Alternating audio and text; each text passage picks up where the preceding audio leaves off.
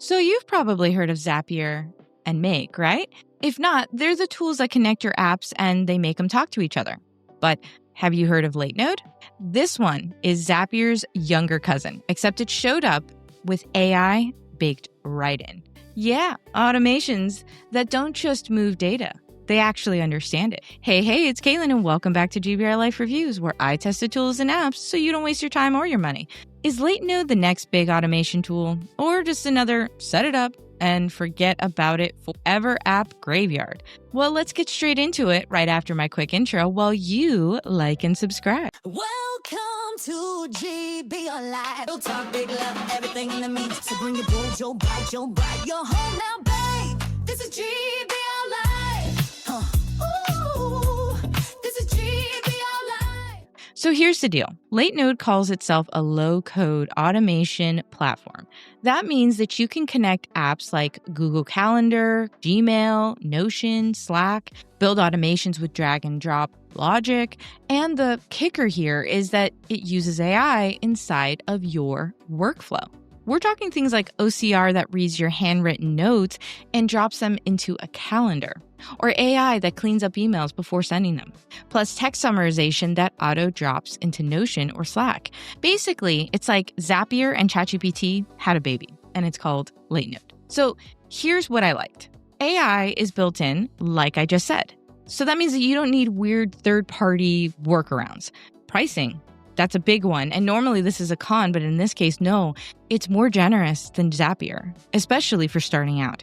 And we'll get into that in just a moment. But the other thing I really liked is that the templates are actually practical, like screenshot to calendar or email to task. So it's easy to use from the get-go when you're looking at templates. But it's not easy entirely. What do I mean by that? Well, there's some things I don't like about it. For example, the interface can feel a little intimidating at first. It's just not as polished as Zapier. And then the app ecosystem isn't as big yet. So if you live in a rare software and there's a lot of new things coming out all the time, you might be out of luck. And yeah, low code still means you need some patience. If you hate setup, you'll bounce quick. But what you won't bounce on is the price. Like I said, we're talking about pricing now. So let's talk pricing. First, you have the free plan, where you have 300 scenario runs, 3 workflows, and 10 AI requests. Then you have the start plan at $19 a month, where you get 5,000 runs, unlimited steps, database, webhooks, and 100 AI requests. And then you have Team at $59 a month at 25,000 runs, 20 parallel executions, team access, and 500 AI requests. There's always that enterprise option, and I don't always go into it, but this time I will say it's $299 plus, because it's custom everything, which means that price can easily go up when you talk to them. And then you typically would get about 150 plus parallel executions and unlimited AI.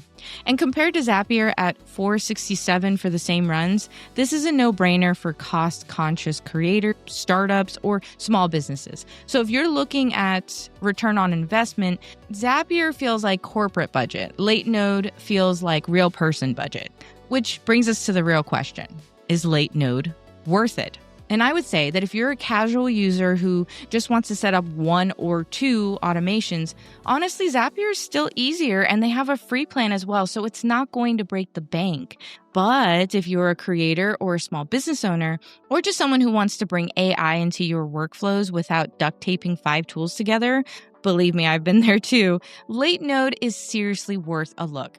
And that's why, for the GBRLIFE rating, I'm giving LateNode a 4 out of 5 because it's cheaper, smarter, and a way more flexible for real-world use than Zapier if you're willing to put in a little setup time.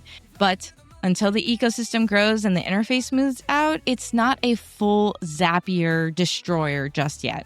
So would you actually switch to an automation tool with AI built in? Or are you sticking with, if it ain't broke, don't fix it, Zapier world? Drop your thoughts below. And that's it for this week. But if you want more like this, don't forget to check out the rest of the GBRLIFE Reviews Unfiltered Opinions playlist. And while you're at it, Like and subscribe to GBRLIFE so you never miss another review. And if you're interested in AI video creation, check out my review from last week on Mari by Moon Valley, Google's VO3 direct competitor. The link should be just above me to watch it or at the very end of this video. Either way, with all of my content on GBRLife.com and my fabulous Mama Koala clothing line, you don't have to be without GBRLife in your life. See you next week. Bye.